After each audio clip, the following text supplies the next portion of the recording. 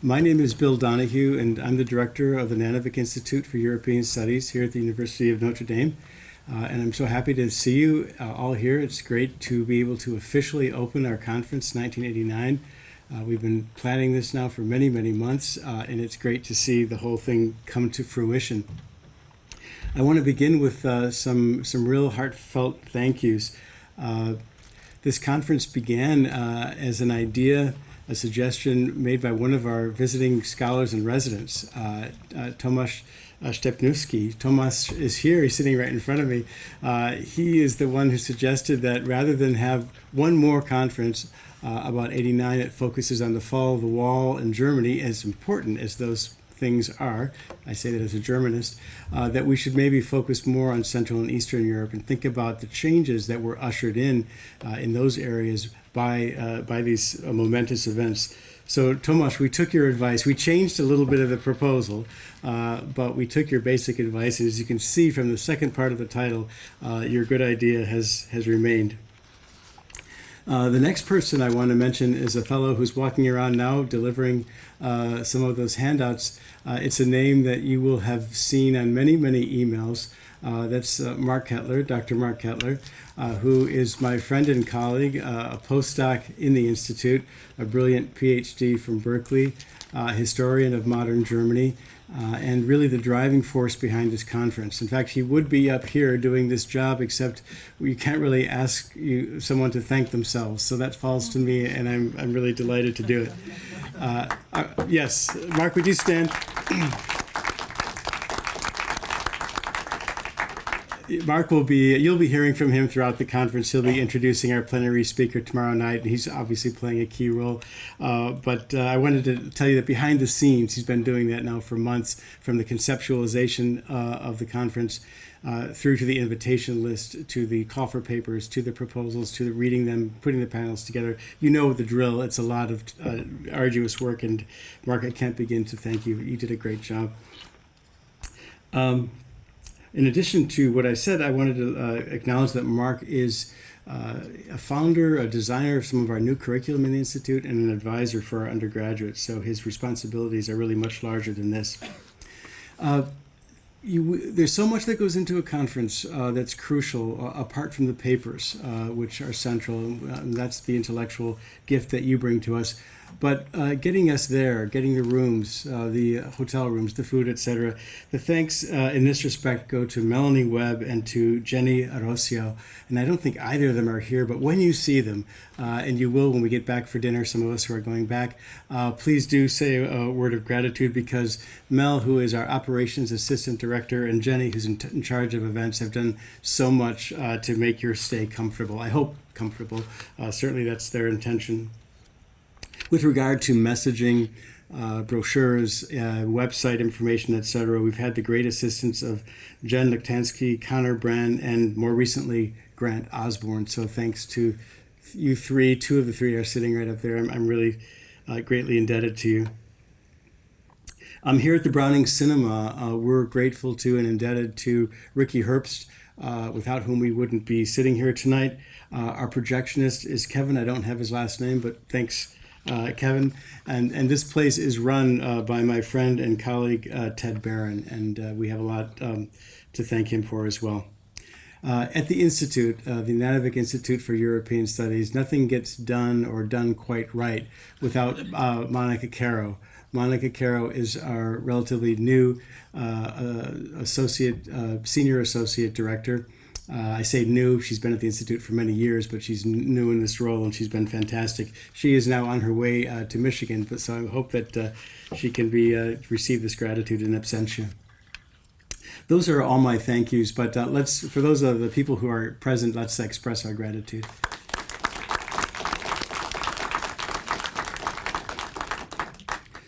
Secondly, just a word about the title of the conference itself, just to kind of get us in the mood. On the one hand, of course, it will be now defined by your papers. You've written your papers. We're looking forward to them. So the meaning of the conference is going to be inductively and operationally defined.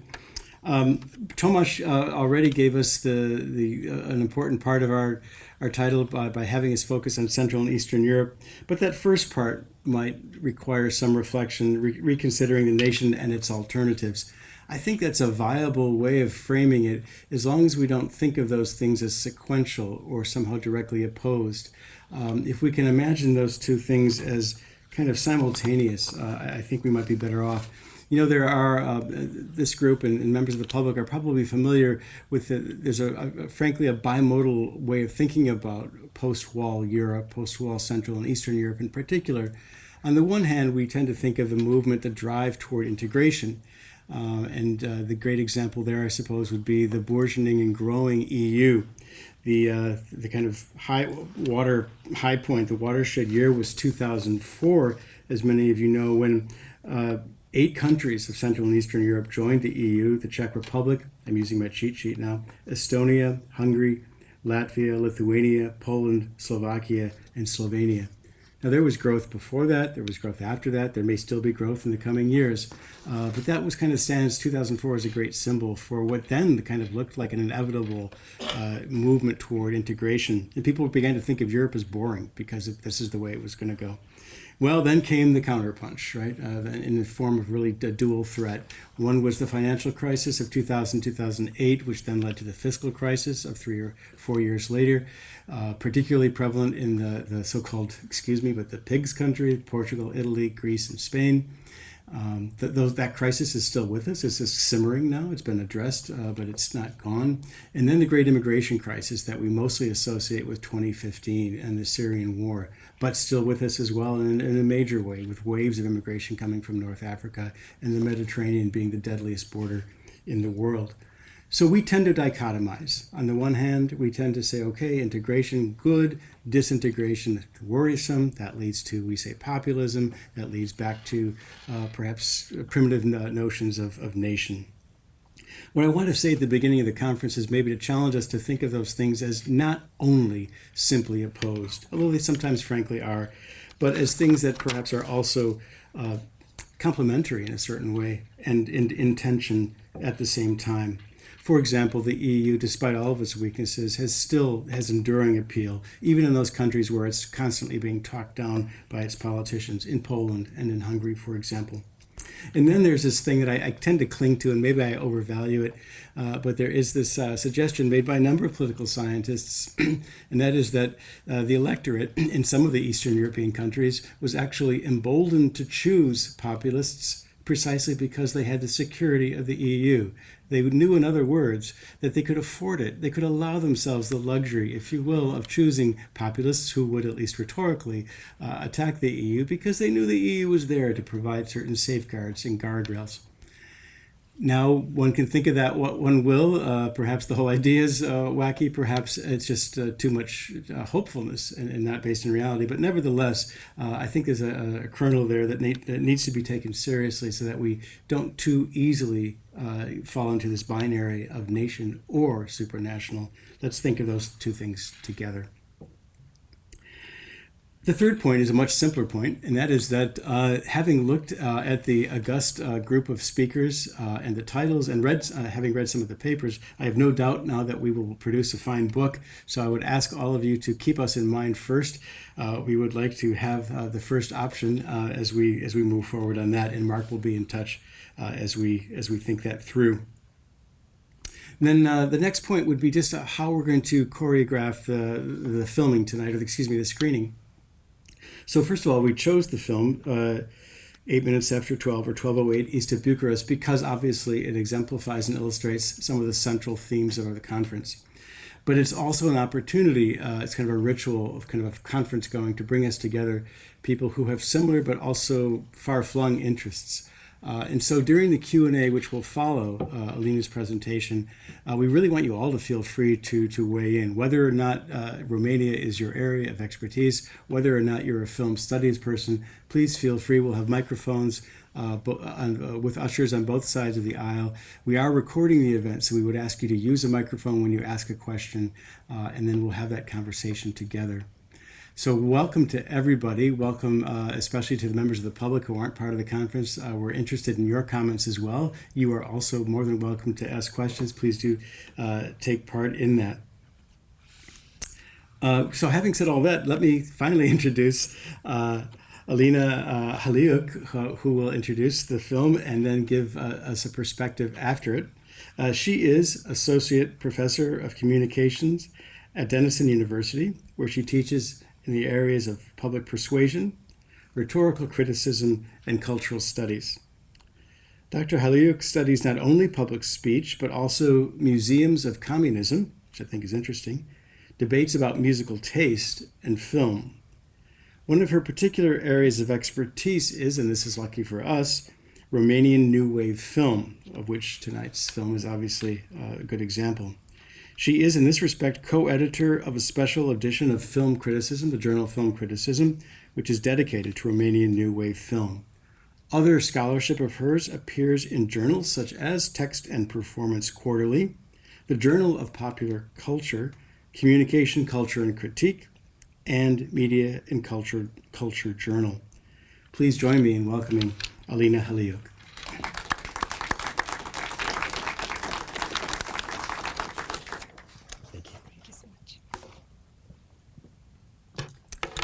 Thank you, Bill and Mark, and welcome everyone.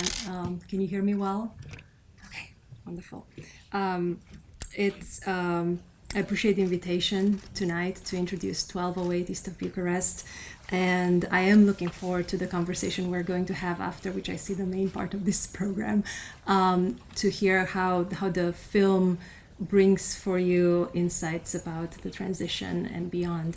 I want to begin with giving us a sense of the film's artistic and political context to better understand its preoccupations as extending beyond the director of the film to a larger film movement.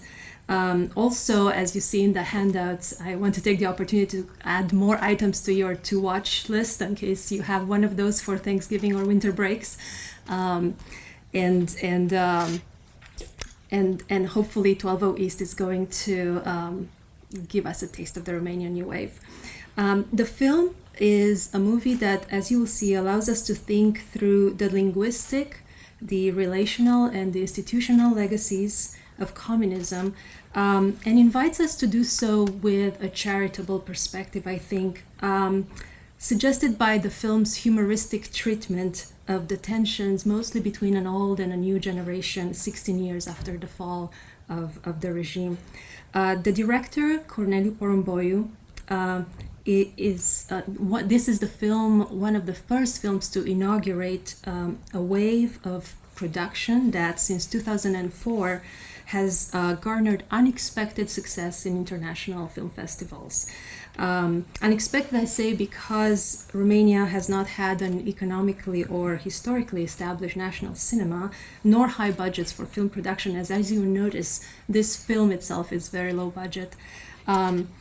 Collectively, however, films of the Romanian New Wave have won 5 major awards at the Cannes Film Festival, 4 Golden Bear Prizes at the Berlin International Film Festival, and numerous other accolades on the international film circuit. The directors of this prolific wave are relatively young artists, most of them in their 40s, who grew up during communism, and despite not sharing a film school or even the same education, in fact some of them are painters or writers turned directors, they share a similar sensibility and interest. That is, they are preoccupied with the former regime's legacies as they are discernible in everyday life, in habits of conversation, in behaviors that did not die in 1989. And the directors explore such habits through stories set mostly in the late 1980s at the height of Ceausescu's nationalist socialist dictatorship, or in the decades that followed right after. They do so with a minimalist, realist, observational style. So what marks this style, as you'll see, is working with mostly urban settings, drawing the eye to the detail of a scene through long takes, and encouraging our observation through the conspicuous absence of musical scores. Directors aim to imitate an aesthetic to have an aesthetic that imitates life. Cristi Puiu, for instance, one of the prominent directors of this wave, calls it an observational model in which film, to quote him, is an anthropological tool for investigating reality. He explains this preference for the model, and that is shared with the other directors, as a strategy of denouncing the communist blurring of fact and fiction, which characterized all cultural production in communism, from school curricula to film itself. So in opposition to the former demands of socialist realism to make inspiring or moralistic tales depicting life as it should be, and also to propaganda's parading of false accomplishments, heroism, and optimism, you'll notice new Romanian films capture the precarity as well as maybe the callousness, alongside the kindness and resilience that make up real life. And protagonists are rarely idealized, and history acquires the nuance that life that compose it have. What we're going to watch this evening is the first of Porumboiu's films to make waves, 1208 East of Bucharest, that was released in 2006. The Romanian title, A FOST sau n-a fost, literally translated as was there or was there not, refers to the question that one of the characters, Mr. Jderescu, a local TV station owner and a talk show host, asked of his two guests hurriedly assembled. That is, was there or was there not a revolution in their soporific small town? The question is, as you'll see, as forced as Jderescu's efforts to find interlocutors for the show. The Romanian Revolution of December '89 was the last event to remove a communist government, as you know from the Warsaw Pact countries, and the only one to have done so violently. Protests started in the western city of Timișoara in December against the government's decision to evict Reformed church pastor Laszlo Tokes, and on the background of intensified economic and social malaise brought by austerity measures of that time, as well as news, most likely from the fall of the Berlin Wall, the Timișoara protests quickly coalesced into an anti-communist uprising that extended to the capital, Bucharest, on December 21st and 22nd. It brought down the communist rule and culminated with a show trial and the assassination of Nicolae and Elena Ceausescu on Christmas Day on the 25th. 16 years later, with only a few days left before Christmas, people are far from preoccupied with what happened in 1989. We will see folks searching for Santa impersonators, getting their salaries, finishing up exams, or selling their cars. It is a post-socialist world in which the ambiguous and for a while contested 1989 events are no longer on people's mind. But Jderescu, the TV host, is running out of topics, and hard-pressed to find anyone willing to entertain his questions, he settles on a pensioner who has nothing else to do, Emanuel Piscoci, and also on a local high school history teacher, Mr. Manescu, who may have agreed to this under the influence of alcohol. The film is going to be comprised of two parts, two acts. The first one is the preparation for the 3 p.m. show that shows a tableau of post-communist life in which older and newer generations seem to be always in tension. And the second part is the talk show itself, almost in real time, that we are to watch with the viewers of Romania, or to imagine the viewers of Romania. I invite us to immerse ourselves in the film, and after which I'll share a few more thoughts about it before we open up for a Q&A. The ways in which the film highlights the gendered and nationalist ideologies that were before communism and after communism, and how the dramatization of its male protagonists, the Jderescu, the television man, and Manescu, the teacher, becomes an examination of the discursive habits of communism, whose legacies the two men seem to embody. As you noticed, Manescu claimed to have led the local revolt through the town square, and while his story is disputed by each caller, his insistence on his version of events makes us wonder whether alcohol played tricks on his memory, like it just happened the day of the show, or rather if Manescu is such a communist man that his relationship with reality and language is completely performative. As Francois Tom puts it, communism favored a wooden discourse that expressed neither facts nor opinions, but what in the official ideology ought to be. Wooden language functioned as an idiom of depersonalization and submission by advancing statements from which the personal and subjective was excluded. And it became dominated by slogans, invectives, the Manichaeist terms meant to replace critical analysis with an appetite for identifying the enemies of the people and positioning the speaker with the good.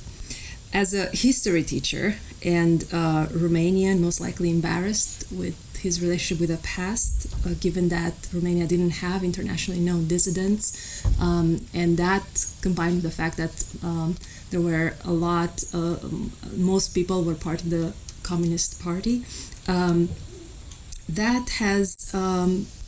could have pointed to what Maria Bucur calls a lack of moral fiber among Romanians. So Manescu knows that in this context, the good meant that he needed to portray himself as one of the heroes in the local anti-communist revolution. And he, despite all proof to the contrary that we see, he insists to have been one.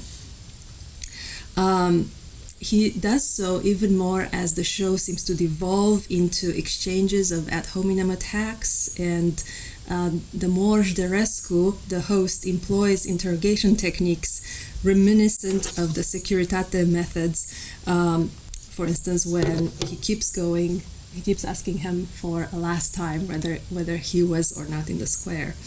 This is no talk show, as we can see, or we just saw, but a small-town post-communist version of a televised show trial of sorts, the repetition and compulsion of a scapegoating ritual enacted in '89 against the Ceausescus and reenacted 16 years later against the easy target that Manescu seems to be. It shows post-socialist subjects as stuck maybe in the discursive habits of the past, where they need to position themselves with the good by throwing mud onto the enemies of the people. Or Jderescu inhabits this discursive universe with a narcissistic sense of self-importance reminiscent of a masculinity valued under the communist police state, the authoritarian who poses as an intellectual. As Aniko Imre reminds us, the intellectual was, quote, a central figure of nationalism, as well as a recognizable emblem of masculinity across the region, end of quote. So Jderescu, we see him still paying tribute to that ideal with his comic performances of pedantic pauses, studied maneuvering of his glasses and his pens, and, of course, with his regurgitation of quotes from Plato and Heraclitus, picked the morning of the show from the dictionary. Indeed, 1208 presents us with a tableau of communist-era gender ideologies where narcissistic authoritarians posing as television intellectuals continue to exist in post-communism, supported by subservient or emphasized femininities like that of the wife and the young mistress, as well as by the complicit masculinities of men like Manescu. Film critic Chris Robey sees this, the Romanian director's frequent employment of men like Jderescu, whose display of self-importance is sometimes threatening and other times ridiculous, as if you saw other films like The Death of Mr. Lazarescu or 4 Months, 3 Weeks and 2 Days, or Police Adjective, these figures come back again and again. They seem just more threatening though. So Robert is arguing, for instance, that this form of masculinity seems to be hearkening back to the rigid and desperate authority that Ceausescu himself was trying to cultivate through the cult of personality. But unlike other directors whose stage world still dominated by Jderescu's and Manescu's, people trapped in the habitus of the former regime, as you've noticed, 1208 dramatizes an irritating push and pull between an older generation and the desires, energy, and performances of a post-communist one. In this dynamic, the whole hegemon Jderescu becomes especially comic when trying to discipline both the younger and the national other, revealing his entitled rigidity as revealing the intertwined ideologies of nationalism and of gender that have constituted him. So a few examples that, and you may come up with many as we talked. It's interesting when he abruptly interrupts the orchestra of young people playing happily a Latino tune. He does so with the urge, or by urging them to play a Romanian tune because it's Christmas, right? Which reminds us of the communist homogenization of every culture, of musical culture in particular, into a sanitized national folklore. And also, I think Porumboiu skillfully juxtaposes Jodărescu's dismissive criticism of the Chinese vendor Mr. Chen with cliches of a xenophobe nationalism, with Mr. Chen's own reasoned civility and a Romanian language more precise and thoughtful than that of the engineered turned journalist. We are aligned with the uncomfortable to the elders energy of the young and maybe even the other, which brings to the film the levity that you've experienced, and we are thus encouraged that charitable attitude, that ultimate maybe more trust in the post-communist world than in the than other films of the Romanian New Wave, at least. There are a lot of themes and issues and questions that I haven't touched on. For instance, the character Piscoch, Mr. Piscoch, who seems to be the one that bridges the old and the new. He's the one able to think through stories, to respond to the young in kind with pranks, to interact with the other. And so I think Porumboiu maybe is trying to move us away from the dichotomous thinking that maybe we've had until then, that the old are left in their ways and the new are in their ways, right? With this character that seems to be bridging both. But I want to pause here and invite us to open a discussion and hear what resonated with you about this film, hear your questions, and explore together where this has landed us. Thank you.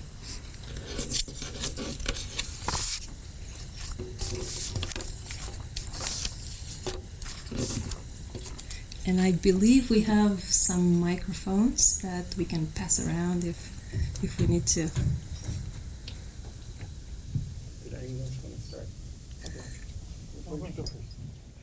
Hi, thank you again.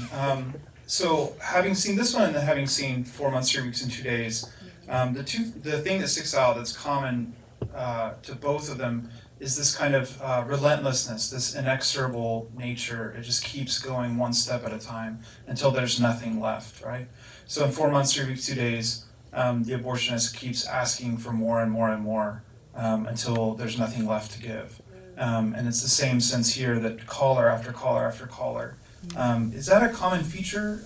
Is that meant to symbolize something in culture? That's such an interesting question. And one of the things that Romanian New Wave directors are trying to stay away from symbolism as much as possible, because that was kind of a feature of the immediately post-1989 cinematography. But what you're noticing is that the character who does that is the former hegemonic man during communism, the one who had the power and maybe the one who's modeled the most after the dictator Ceausescu, who seemed to have asked more and more and more of his people. And by that I mean, I'm referring to the austerity measures that he started in the late 70s in order to pay off the external debt that impoverished the country and brought everybody to the edge of their patience by the late 80s. So it is interesting how there is this parallel of similar forms of authoritarian masculinity that demands usually of the most vulnerable the most. Yeah. Thank you for that comment. So, I'm a total outsider to Romanian cinema, but at the risk of stating the obvious, it seems to me, that the film revolves around this absurd question. Not only was there a revolution in our town, but was there a revolution at all? In the sense of what did it matter? Did anything change? And the whole kind of indictment of Manescu, what would it matter anyway? Whether he had done this or that to the fundamental changes in society or the lack thereof. So what I'm trying to say is when you look at the images at the beginning and the end, I get this overwhelming sense of bleak continuity. And we're looking at these cities square, I presume, or a square that looks like a Soviet era horrible building, and the relative poverty and the dilapidated buildings. To me, it just feels like we're still there. That nothing has changed. The humor makes it a little lighter and a little bit easier to bear, but the sad thing is, it feels like not much has changed. And then all the examples you gave of continuity, the man who played Santa Claus then, he plays it now. In his mind, he's still back there in the stories, with his wife and the fight, etc. It just seems overwhelmingly underlining the continuity and the lack of a revolution. Right, I think so. And in a way, Porumboiu in this film is a little unique in bringing humor to that continuity, because if you've seen 432, 4 months, 3 weeks, and 2 days, I mean that was staging the abortion era during communism still, but others like Police Adjective or any of the other films usually, or Beyond the Hills even more recently, keep us stuck in that same universe, and you get that sense of tragic stuckness rather than comic one. I mean, one of the references here in repeating that question is also the politicized debates about what 1989, what that revolution was in Romania. And by that I mean that the party that gained power right after the revolution justified its power through having participated in this ad hoc revolt modeled, after the ideal of the French Revolution. And in response to that, there was this other model of what the revolution really was, the Stalinist one, where the traditionally historical parties argued that really it was a coup d'etat, right? That that put in power this new political party, right? And therefore, they don't have the authority that people are giving them. But that debate, right, was happening between the political parties and was happening on television shows, and really scholars have talked about it as a way of displacing the real debate, which is what role should previous leaders in the communist parties have in post-communism, and how should we remember that former regime, given that most people were part of the Communist Party, right? What was the level of participation and normalization of that cooperation with the regime, right? So the debates over what kind of revolution was it are not here. Those are not the debates, but they are mirroring those kind of debates that took over the televised imagination, at least, and left in the process everybody still stuck in this world that has not gone very far economically or democratically or discursively. Yeah.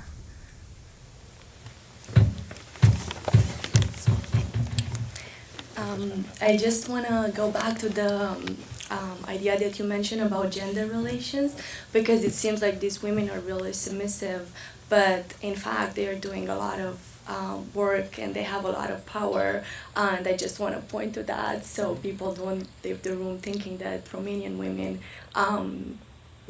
are in this subordinate position. And I was really struck by the kind of emotional labor these mothers had to do in relation to their husbands to get money for their daughters who have already left those small towns and are in Bucharest and are trying to, build different lives and have different aspirations on the one hand, and on the other, how in fact women had a lot of power. I mean, this teacher had to go through a lot of humiliation to gather the money, the entire amount of money of his salary to bring back to his wife, because otherwise he was going to be kicked out of the house. So just want to point out that Porumboiu is doing a really great job in showing how powerful women are, which I don't know, when I'm thinking about 432, I'm having a really hard time. Of course, women had a lot of agency there, but the situation is quite different. So I'm having a hard time remembering certain scenes that would show how much power women had over men. In that one, and others I don't know at this point, but yeah. Mm-hmm. Yeah, thank you for that comment. I mean, it's interesting that how subtly women come up in this one film, right? And at the same, while we see them trying to really manage the man who has the money, right, and seems to make the decisions, right, they definitely have a lot of resourcefulness, right, in negotiating their own role in the family dynamic when economically they don't seem to have the power of decision making over what Derescu does with his money as a businessman, right? Yeah. So, is this on? Yes, we can hear. Now it's on? There we go. Okay. So, thank you for introducing me to the film here. I kept thinking of Hayden White's Tropics of Discourse, his idea that history has tropes, and that what we're seeing is a Romanian trope of how it wants to see itself, and that's bleak. Nothing changes. And of course, they have to praise the film for its attention to detail and its patience, but a lot has changed in Romania. He decided not to focus on that. A lot on gender roles. Consumption alone, however you want to judge it, has changed dramatically. So, even vacations have changed, right? Which is the theme in the... So I find this bleakness, he does it by saying, is there or wasn't there, yes or no, a revolution, and 12:10 or 12:8. Anyway, it's either before or after. Yeah. This use of this to puncture as if everything's going to change overnight, I mean, it's a kind of dream. Yeah. And I think the German case is closer to that, by far, right? Because of the dramatic nature of the wall and it coming down and the two systems. But I think it's very unreal that time doesn't proceed that way.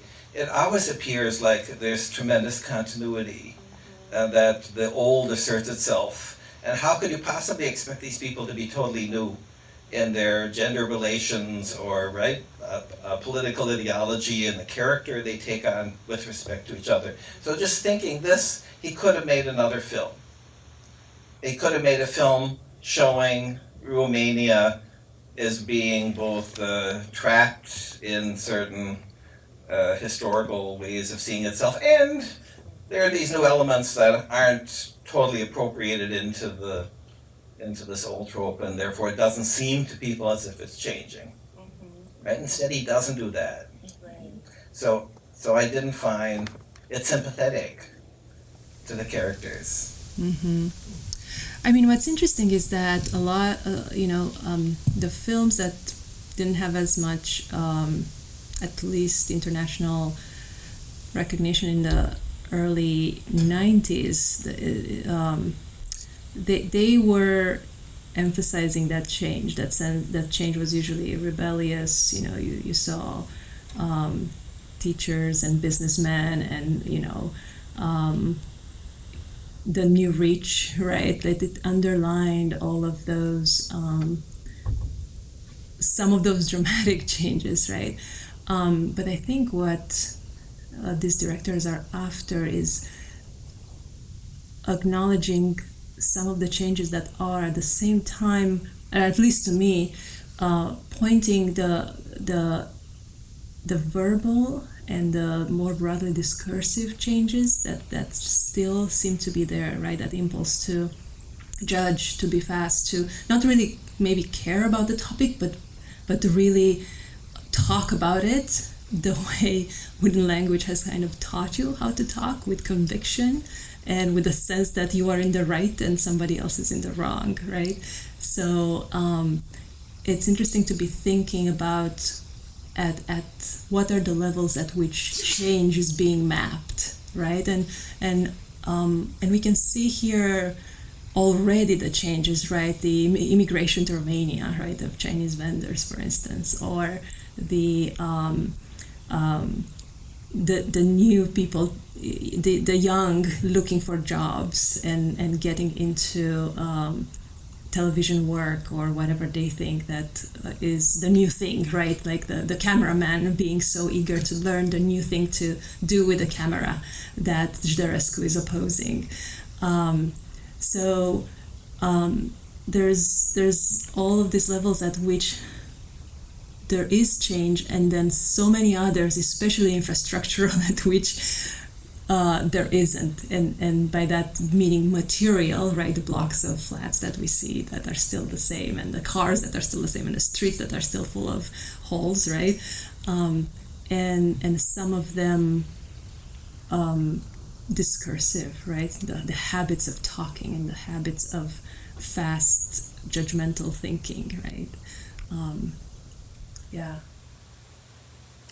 Thank you for your remarks, which help illuminate the film, and thank you for this wonderful film. What I got from the film was, and some people have talked about this, was the deep continuity. That is, it seemed to me a very deep critique of culture rather than communism, anti-communism, or post-communism.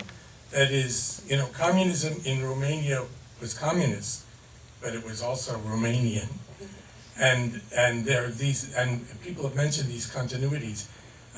That's one thing I felt was very strong. So it's not so easy to have a revolution. You have a revolution, or you think you had a revolution, but continuity is still there, and maybe that revolution is really quite ambiguous.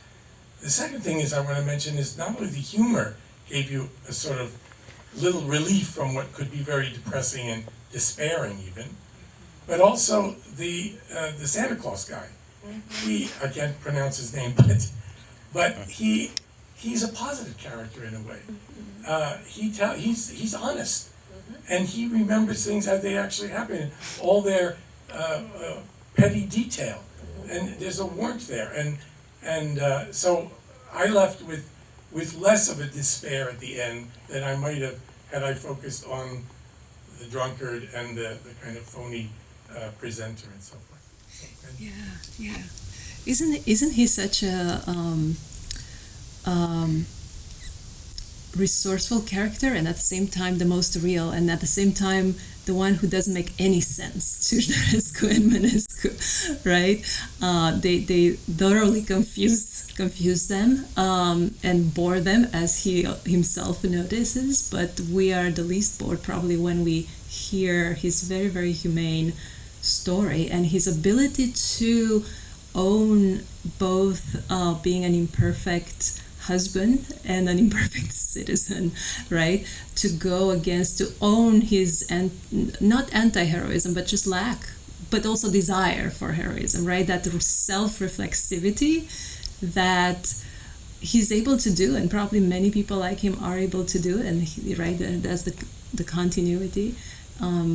At the same time that for many others who really seem to be embodying more of the wooden talk that the system tried to socialize everybody into, that flexibility, that ability for adaptation and humanity and responsiveness to situations was not there, right? There was that embodiment of authoritarian rigidity more, yeah. Thank you so much. I would like to take this in different direction, and I wonder what are the sources of inspiration for this group of directors. You know, what I saw in this movie was this combination of bleak images you get in Kieślowski's Decalogue, for example, with this amazing sense of humor you get in Fireman Ball, which made Foreman such a great international star. I wonder whether this new wave relates to the Polish cinematographic tradition or the Czech new wave from the 1960s. What do you think about that? I think to the extent that they position themselves as responding to what they haven't seen in the Romanian, if you read the interviews with the directors, what they haven't seen in the Romanian cinema. But at the same time, Puiu in particular sees himself as, that's the director who made The Death of Mr. Lazarescu, for instance, and who's credited with the beginning of the new wave. He sees himself as more of inspired by the French New Wave. Scholars of all the new waves, like Amin Nafisi, for instance, talks about how all new waves come in transitional historical moments, right? And they are inspired by this context of deep change and disorientation, and tragic disorientation oftentimes. A lot of the directors take their stories from real life. So for instance, Puiu's Lazarescu is based on the real story of an old man not being able to find treatment in a hospital because the system is overwhelmed and the doctors are becoming callous just to make it. Cristian Mungiu tends to be inspired in picking his stories also from real cases. Beyond the Hills, which is one of his later films, was based on the real story of a woman dying in a monastery because of an exorcism or a failed one. And 432 also from the story he hears from women about from a woman about the illegal abortion. So what's interesting about them, at least about Mungiu, is that they're trying to tell the stories that are not as told, and especially with Mungiu, the women's stories, right? But as you noticed, there's a thinking through women's lives that happens in other Romanian new wave films as well. Yeah.